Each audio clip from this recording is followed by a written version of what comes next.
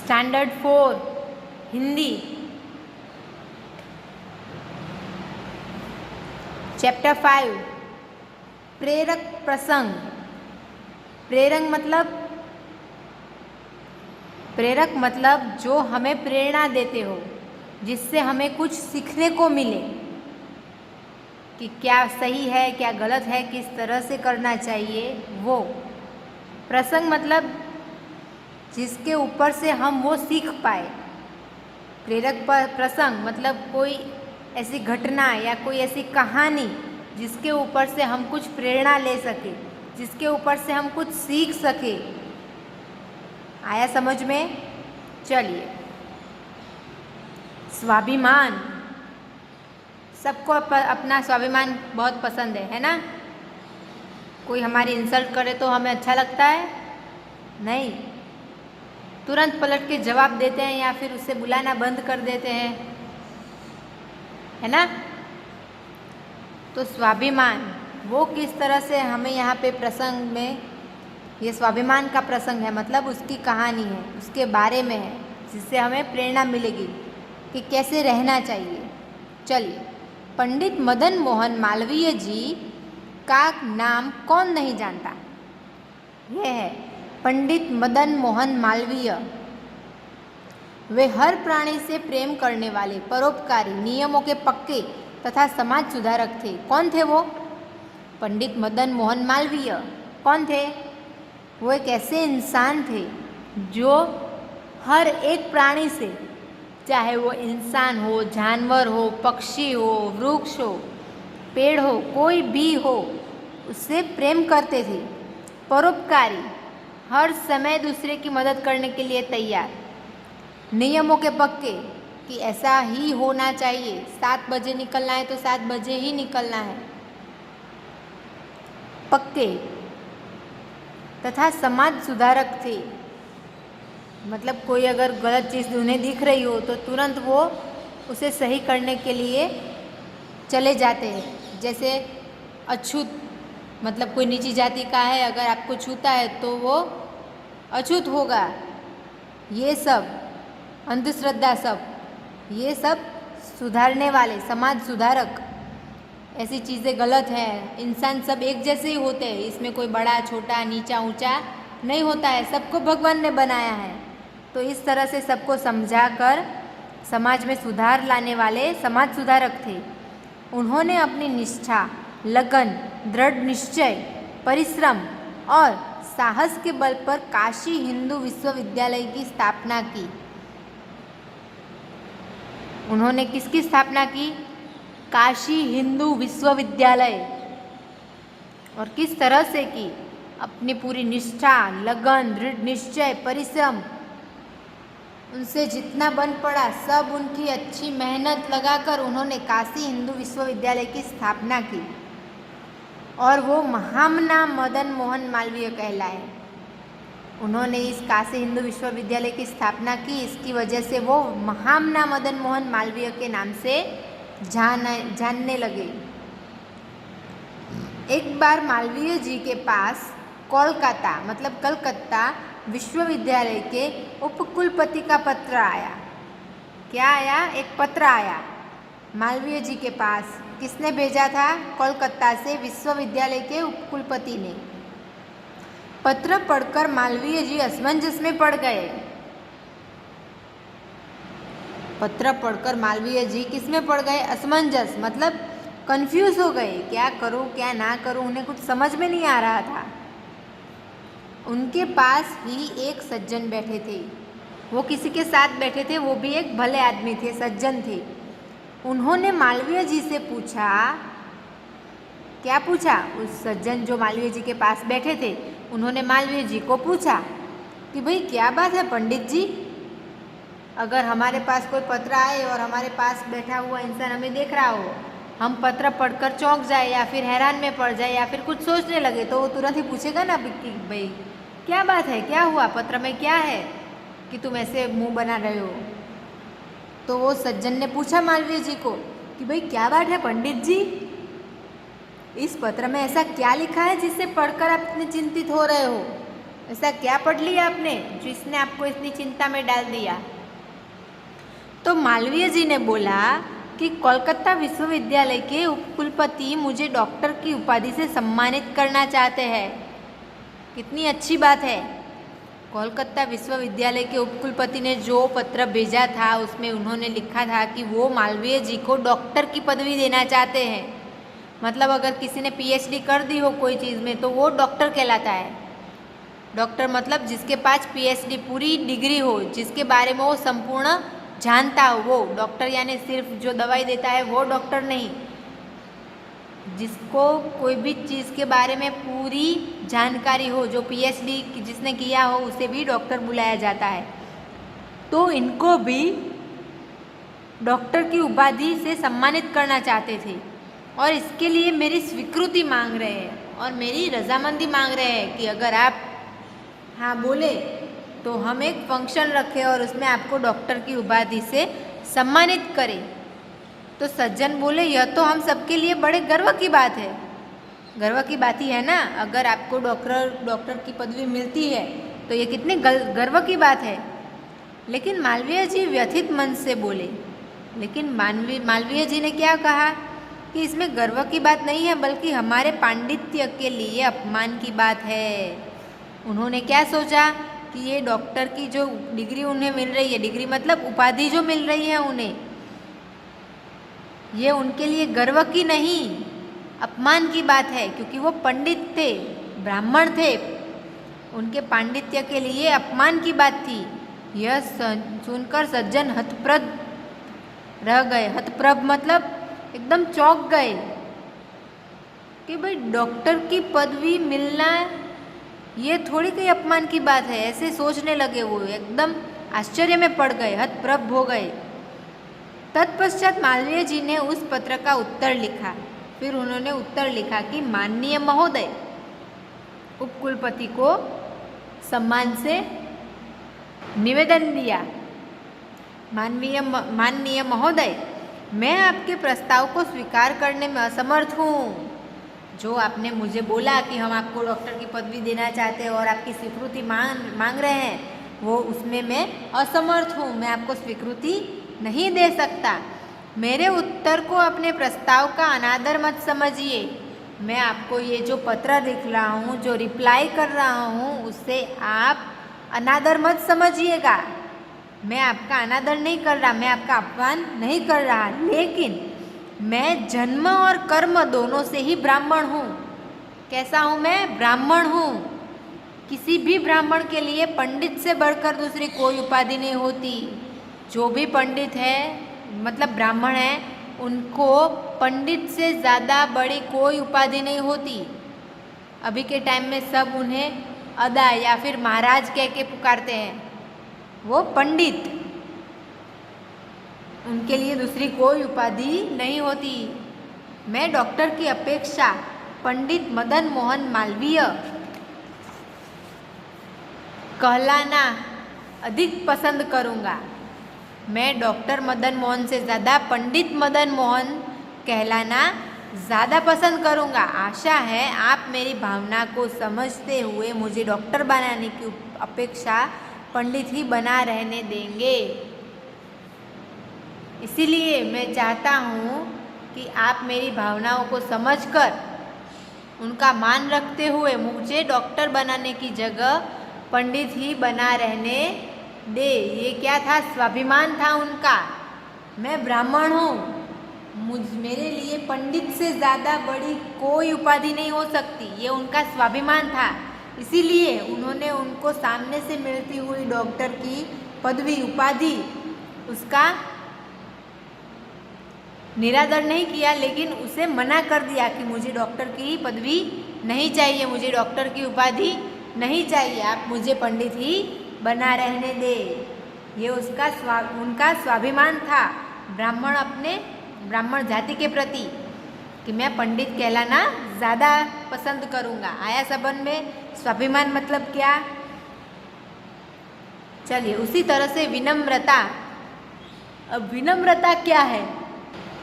बहुत ही शांति से, प्यार से, पोलाइटली जो बिहेव करता है उसे बोलते हैं विनम्र।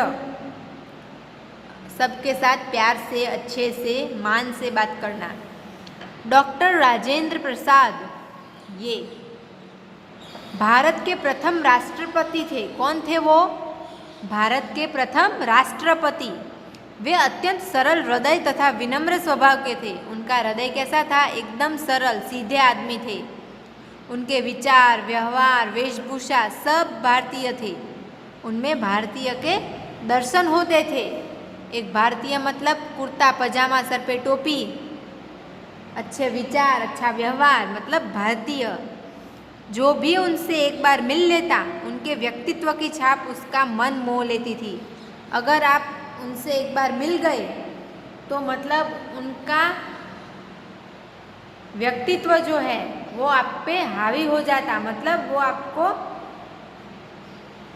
आपका मन मोह लेता। इतना सुंदर व्यक्तित्व, इतने सरल स्वभाव के, इतना प्यारा हृदय। एक दिन डॉक्टर राजेंद्र प्रसाद अपने कमरे में बैठे कुछ काम कर रहे थे। अब इतने बड़े आदमी हैं, कुछ ना कुछ काम तो उनके पास रहता ही है, तो वो अपने कमरे में बैठकर काम कर रहे थे। तभी उनका एक पुराना कर्मचारी तुलसी वहाँ आया। अभी कौन आया वहाँ पे? तुलसी, जो उनका पुराना कर्मचारी था, और मेज साफ करने लगा। मतलब वो जो काम कर रहे थे वो टेबल अच्छे से साफ करने लगा। उसी मेज पर हाथी दांत से बना एक बहुमूल्य पेन रखा था। वहीं पे हाथी दांत से बना एक पेन रखा था जो कि एक बहुमूल्य था। बहुमूल्य मतलब जिसकी कीमत बहुत ज़्यादा है, जिसका मूल्य बहुत ज़्यादा है। वह पेन डॉक्टर राजेंद्र प्रसाद को बहुत प्रिय था। सबको कोई ना कोई चीज़ ऐसी होती है जो अच्छी लगती है, जो हमेशा अपने पास रखते थे। तो राजेंद्र प्रसाद जी को उनकी ये हाथी दांत की पेन बहुत पसंद थी, क्योंकि वह पेन उन्हें किसी ने उपहार स्वरूप दिया था। क्योंकि वो पेन किसी ने उनको गिफ्ट की थी। अचानक तुलसी के हाथ से पेन गिरकर टूट गया। अब हाथी दांत का था, वो तो नाजुक होता है, तो वो तुलसी के हाथ से गिर गया और टूट गया। अपने टूटे पेन को देखकर राजेंद्र प्रसाद बहुत दुखी हुए। हमारी प्यारी चीज़ जो हमें बेहद पसंद है, अगर वो कोई तोड़ दे या उसे बिगाड़ दे तो हम कितने गुस्से में आ जाते हैं, कितना दुखी होते हैं। तो डॉक्टर राजेंद्र प्रसाद भी दुखी हुए। आवेश में आकर उन्होंने तुलसी को डांट दिया। स्वाभाविक सी बात है, अगर हमारी प्रिय चीज़ किसी को पसंद आए, वो लेना चाहे या फिर वो तोड़ दे, तो हमारा पारा कितना चढ़ जाता है। सीधा डांटना शुरू कर दे, ये क्या किया, ये मेरी फेवरेट पेन थी, ऐसे डांट देते हैं ना। तो उन्होंने भी डांट दिया। तुलसी चुपचाप दूसरे कमरे में चला गया। बेचारा तुलसी, वो तो कर्मचारी था, राष्ट्रपति के सामने कुछ बोल तो सकता नहीं था, तो वो चुपचाप अपने कमरे में, मतलब दूसरे कमरे में चला गया। कुछ ही देर बाद राजेंद्र बाबू को अपनी गलती का एहसास हुआ। जब राजेंद्र बाबू अकेले हो गए, उनका गुस्सा थोड़ा सा शांत हो गया, फिर उनको अपनी गलती का एहसास हुआ कि उसने जानबूझकर बेचारे ने नहीं गिराया था, गलती से गिर गया और टूट गया, उसमें उसकी कोई गलती नहीं थी, ऐसा राजेंद्र बाबू को एहसास हुआ। उन्होंने तुलसी को बुलाया। उन्होंने प्यार से फिर से तुलसी को बुलाया कि इधर आओ, और प्यार से पूछा। तुलसी काका पुराने कर्मचारी थे, उम्र में बड़े थे, तो उन्होंने बोला, तुलसी काका, मैंने क्रोध में आकर आपको बहुत कठोर शब्द कह दिए। मैं गुस्से में आ गया था, इसकी वजह से मैंने आपको बहुत कठोर शब्दों में डांट दिया। क्या आप मुझे क्षमा कर पाएंगे? कर देंगे? इतने बड़े राष्ट्रपति अपने एक कर्मचारी से माफ़ी मांग रहे थे। गुस्सा होना तो स्वाभाविक बात है कि आपकी प्रिय चीज़ कोई तोड़ दे तो गुस्सा तो आता ही है। उन्होंने डांट दिया, वो भी चलो समझ में आया, लेकिन अब वो क्षमा भी मांग रहे हैं, माफ़ी भी मांग रहे हैं। ये एक विनम्रता की बात है, ये एक पोलाइटली बात है कि क्या आप मुझे क्षमा कर देंगे? राजेंद्र बाबू की बात सुनकर तुलसी चकित रह गया। तुलसी क्या हो गया? हक्का बक्का रह गया, चकित हो गया। अरे, इतने बड़े राष्ट्रपति मुझसे माफ़ी मांग रहे हैं। उनकी आंखों में आंसू आ गए। तुलसी रोने लगे। वह राजेंद्र बाबू के चरणों में गिर पड़े। उन्होंने पैर छू लिए राजेंद्र बाबू के। देखा बच्चों, देश के सर्वोच्च पद पर होने के बावजूद भी राजेंद्र प्रसाद में लेश मात्र भी घमंड न था। इतने बड़े आदमी थे लेकिन उनमें घमंड नहीं था कि मैं बड़ा आदमी हूँ तो मैं किसी को भी डांट सकता हूँ, किसी को भी ये बुरा भला कह सकता हूँ। ऐसी बात नहीं होती है। सबको अपना मान सम्मान होता है, अपना स्वाभिमान सबको पसंद होता है। हम कितने भी बड़े हो जाए, कितने भी बड़े लेवल पे आ जाए, लेकिन हमें पोलाइट ही रहना चाहिए, घमंड नहीं करना चाहिए। तो राजेंद्र प्रसाद में भी घमंड नहीं था। वे सभी से बहुत प्रेम करते थे। सरलता और सज्जनता ही उनका सबसे बड़ा धन था। उनका सबसे बड़ा धन क्या था? सरलता और सज्जनता, सबसे प्यार से रहना। आज डॉक्टर राजेंद्र प्रसाद हम सबके बीच नहीं है, वो हमारे बीच नहीं रहे, परंतु वे हमें सिखा गए हैं कि हम चाहे कितने भी ऊंचे पद पर पहुंच जाएं, घमंड नहीं करना चाहिए। लेकिन उन्होंने हमें क्या सिखाया? विनम्रता। कितने ही बड़े पद पर हो लेकिन कभी उसका घमंड करना चाहिए नहीं। आया समझ में सबको स्वाभिमान और विनम्रता? चलिए अब नए शब्द। परोपकारी मतलब दूसरों का भला करने वाला। निष्ठा मतलब भक्ति, विश्वास। दृढ़ निश्चय मतलब पक्का इरादा। असमंजस मतलब कठिनाई, दुविधा। उपाधि, पदवी। स्वीकृति मतलब मंजूरी। गर्व मतलब अच्छे कार्य पर किया गया अभिमान। व्यथित मतलब दुखी, अपमान, बेइज्जती। हतप्रभ, हैरान। तत्पश्चात मतलब उसके बाद। असमर्थ, जो समर्थ न हो वो। व्यक्तित्व, व्यक्ति की विशेषता या गुण। बहुमूल्य, बहुत कीमती। उपहार स्वरूप, भेंट में। आवेश, क्रोध। सर्वोच्च, सबसे ऊंचा। लेश मात्र, बिल्कुल भी। आया समझ में? ये सारे नए शब्द जितने भी सब चैप्टर में हैं वो सब पढ़ना है आपको। एग्जाम में इनमें से पूछा जाएगा। ओके, अब है अभ्यास कार्य। पूरी मेरे साथ। मालवीय जी ने डॉक्टर की उपाधि क्यों नहीं स्वीकार की? चलिए, क्यों नहीं स्वीकार की? क्योंकि उनके लिए पंडित की पदवी ज़्यादा बढ़कर थी। मालवीय जी ने डॉक्टर की उपाधि इसलिए स्वीकार नहीं की क्योंकि वे ब्राह्मण थे। उनका मानना था कि पंडित से बढ़कर दूसरी कोई उपाधि नहीं होती। आया समझ में? लिखा सबने? मालवीय जी ने डॉक्टर की उपाधि इसलिए स्वीकार नहीं की क्योंकि वे ब्राह्मण थे। उनका मानना था कि पंडित से बढ़कर दूसरी कोई उपाधि नहीं होती। ओके, चलिए नेक्स्ट। डॉक्टर राजेंद्र प्रसाद अपने टूटे हुए पेन को देखकर क्यों दुखी हुए? क्यों दुखी हुए? क्योंकि वो उनको बहुत प्रिय थी और उनको किसी ने गिफ्ट में दी थी। लिखिए, डॉक्टर राजेंद्र प्रसाद टूटे हुए पेन को देखकर इसलिए दुखी हुए क्योंकि वह पेन उन्हें किसी ने उपहार स्वरूप दिया था। लिखा, डॉक्टर राजेंद्र प्रसाद टूटे हुए पेन को देखकर इसीलिए दुखी थे क्योंकि वह पेन उन्हें किसी ने उपहार स्वरूप दिया था। चलिए नेक्स्ट। डॉक्टर राजेंद्र प्रसाद के व्यक्तित्व की क्या विशेषताएं थी? उनका व्यक्तित्व कैसा था? उनकी विशेषता क्या थी? तो डॉक्टर राजेंद्र प्रसाद अत्यंत सरल हृदय तथा विनम्र स्वभाव के थे। उनके विचार, व्यवहार तथा वेशभूषा में भारतीयता के दर्शन होते थे। ऐसा था इनका व्यक्तित्व। आया समझ में? अत्यंत सरल हृदय तथा विनम्र स्वभाव, विचार, व्यवहार और वेशभूषा में भारतीयता की झलक। लिखा सबने? चलिए,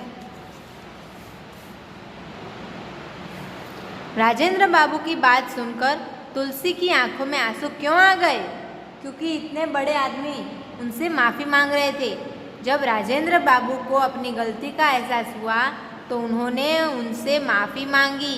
यह देखकर तुलसी की आंखों में आंसू आ गए। लिखा सबने। जब राजेंद्र बाबू को अपनी गलती का एहसास हुआ तो उन्होंने उससे माफ़ी मांगी। यह देखकर तुलसी की आंखों में आंसू आ गए। हो गया सबका। चलिए सही उत्तर चुनकर टिक लगाइए। मालवीय जी उपकुलपति का पत्र पढ़कर दुखी क्यों हो गए? क्योंकि वो स्वस्थ नहीं थे, क्योंकि वे डॉक्टर की अपेक्षा पंडित कहलाना पसंद करते थे। पंडित कहलाना पसंद करते थे, यही आएगा है ना? तो सेकंड में टिक कीजिए। चलिए नेक्स्ट। राजेंद्र बाबू ने पेन के टूटने पर तुलसी काका को क्यों डांट दिया? क्योंकि वह पेन उन्हें किसी ने उपहार स्वरूप दिया था, या फिर वह पेन बहुत कीमती था? क्योंकि वो किसी ने उपहार स्वरूप दिया था। फर्स्ट में टिक लगाइए। हो गया। चलिए सही उत्तर चुनकर टिक लगाइए। मालवीय जी के पास कौन से विश्वविद्यालय से पत्र आया? दिल्ली, आगरा की कोलकाता? कोलकाता। टिक कीजिए। डॉक्टर राजेंद्र प्रसाद किस देश के प्रथम राष्ट्रपति थे? भारत, अमेरिका के चीन? भारत। टिक कीजिए। तुलसी के हाथों से क्या गिरकर टूट गया? फूलदान, शीशा की पेन? पेन। लिखिए। पंडित मदन मोहन मालवीय में कौन सा गुण नहीं था? दृढ़ प्रतिज्ञ, स्वार्थी की परोपकारी? स्वार्थी। वो स्वार्थी नहीं थे। टिक कीजिए स्वार्थी में। हो गया। नेक्स्ट। अब है सही कथन पर टिक और गलत कथन पर क्रॉस लगाइए। चलिए ट्रू एंड फॉल्स है। मालवीय जी परोपकारी और समाज सुधारक थे। सही बात है। टिक। मालवीय जी ने डॉक्टर की उपाधि स्वीकार कर ली। गलत, उनको पंडित कहलाना था, तो क्रॉस। डॉक्टर राजेंद्र प्रसाद स्वतंत्र भारत के तीसरे राष्ट्रपति थे। गलत, पहले थे। डॉक्टर राजेंद्र प्रसाद अत्यंत सरल हृदय तथा विनम्र स्वभाव के थे। सही। टिक लगाइए। तुलसी के हाथ से पेन गिरकर टूट गया। ये भी सही बात है। चलिए टिक कर लीजिए। हो गया सबका। नेक्स्ट।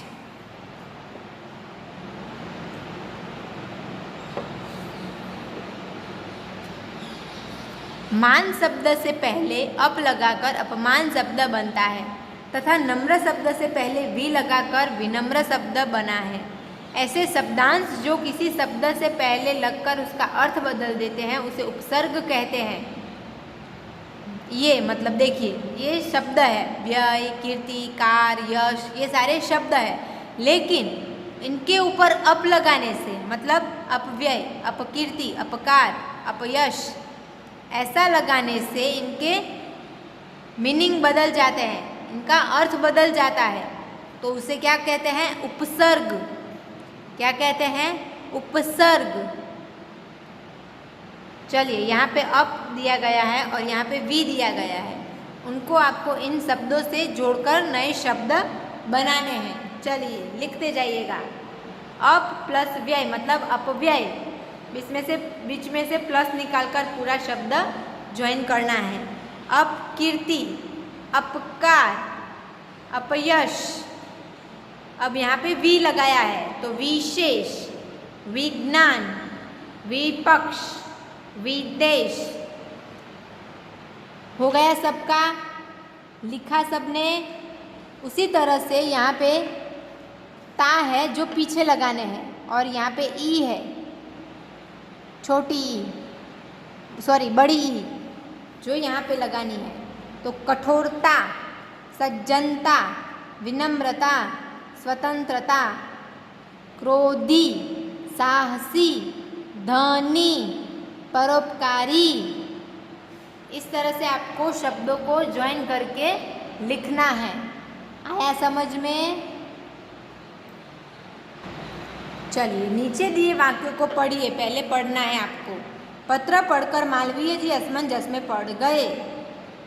डॉक्टर राजेंद्र प्रसाद स्वतंत्र भारत के प्रथम राष्ट्रपति थे।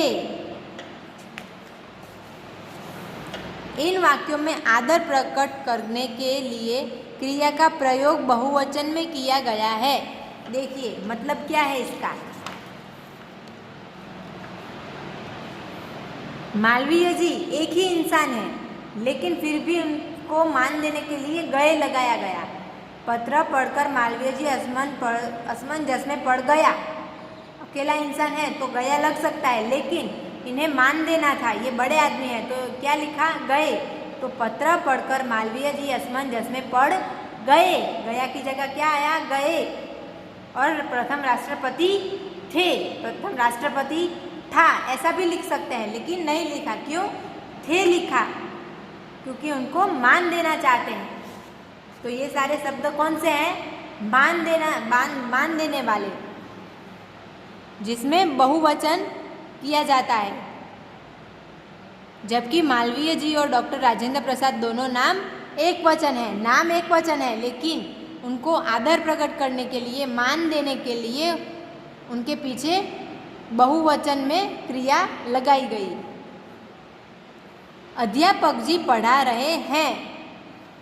अध्यापक जी मतलब हमारे टीचर हमें पढ़ा रहे हैं, हमारा टीचर हमें पढ़ा रहा है, ऐसा हम बोल सकते हैं? नहीं, है एक ही टीचर, हमें पढ़ा रहे हैं एक ही, लेकिन उनको हमें आदर देना है, इसीलिए हमें पढ़ा रहे हैं। श्री कृष्ण कर्मयोगी थे। श्री कृष्ण है एक ही है, तो था लिख सकते हैं कि श्री कृष्ण कर्मयोगी था, लेकिन नहीं, हमें उन्हें आदर देना है, तो थे। उसी तरह से दादाजी कहानी सुना रही है। महात्मा गांधी हमारे राष्ट्रपिता थे। ये सारे थे वाले मतलब मान देने के लिए लिखे गए हैं। अब है इनमें अंतर समझ के वाक्यों में इन्हें लिखना है। विद्यालय मतलब पाठशाला, प्राइमरी मतलब मैं कल विद्यालय जाऊंगी, सिंपल। उसी तरह से नेक्स्ट विश्वविद्यालय मतलब ऊंची कक्षा का, जिनमें माध्यमिक शिक्षा आती है, उच्च शिक्षा प्राप्त करने की संस्था। पाठशाला में प्राथमिक होता है, फिर माध्यमिक, उच्च शिक्षा प्राप्त करने की संस्था। मालवीय जी ने काशी हिंदू विश्वविद्यालय की स्थापना की। ये हमने वाक्य बनाया। अब फिर से महाविद्यालय मतलब कॉलेज। स्कूल की पढ़ाई के पश्चात मैं दिल्ली के किसी महाविद्यालय में दाखिला लूँगी। मेरा स्कूल का ख़त्म हो जाए उसके बाद मैं कॉलेज में दाखिला लूँगी, महाविद्यालय में दाखिला लूँगी। शब्दों के ऊपर से वाक्य बनाए हैं। ओके, उसी तरह से अमूल्य, जिसकी कोई कीमत ना आंकी जाए। बिहारी के दोहे हिंदी साहित्य की अमूल्य निधि है। इनका जो हिंदी साहित्य है उससे बढ़कर कुछ नहीं, अमूल्य निधि है वो। अब है उसी तरह बहुमूल्य मतलब बहुत कीमती, जिसकी कीमत आंकी नहीं जा सकती। मेरे पास एक बहुमूल्य पेन है, होती है पेन ही सिंपल सी, लेकिन किसी अपने ने प्यार से दी है तो वो बहुमूल्य हो गई। गर्व, अच्छे कार्य पर किया गया अभिमान, मुझे अपने देश पर गर्व है। घमंड, स्वयं को बड़ा और दूसरों को छोटा समझना। शेर को अपने बल पर बहुत घमंड था, लेकिन छोटी चींटी भी अगर कान में घुस जाए तो शेर को नचा सकती है, तो घमंड नहीं करना चाहिए। चलिए, ये है पंडित मदन मोहन मालवीय और डॉक्टर राजेंद्र प्रसाद, इनके बारे में आपको लिखना है। ओके, आप ये खुद से लिख लीजिएगा। हमने पूरा चैप्टर पढ़ा ना, तो उनके ऊपर से अपने शब्दों में आपको लिखना है। आया समझ में? और अब है आपका होमवर्क। तो पेज नंबर 37 के ये नए शब्द, ये क्वेश्चन आंसर जो मैंने अभी लिखा है वो, फिर क्वेश्चन 2 ये दोनों ऑप्शंस, क्वेश्चन 3 ये चारों ऑप्शंस, क्वेश्चन 4 ये भाषा की बात मतलब ये शब्द पूरा लिखना है, अप प्लस व्यय अपव्यय। ओके, इस तरह से ये सारे लिखने हैं। फिर ये ब्लैंक्स, और ये शब्द के ऊपर से वाक्य बनाने हैं वो। ये सभी आपको अपनी हिंदी की नोटबुक में लिखने हैं। देख लीजिए आपका होमवर्क। चैप्टर नंबर 5 में से पेज नंबर 37 पर से नए शब्द और क्वेश्चन वर्ड लिखित क्वेश्चन आंसर हैं वो। फिर पेज नंबर 38 के ऊपर से क्वेश्चन 2, 3 एंड 4। फिर पेज नंबर 39 के ऊपर से क्वेश्चन 1, 2 एंड पेज नंबर 40 के ऊपर से क्वेश्चन नंबर 3। ये सब आपको अपनी हिंदी की नोटबुक में लिखना है। ओके, किसी का टेक्स्ट बुक में बाकी रह गया हो तो टेक्स्ट बुक भी फिलअप करनी है। आ गया समझ में आपका होमवर्क? Thank you.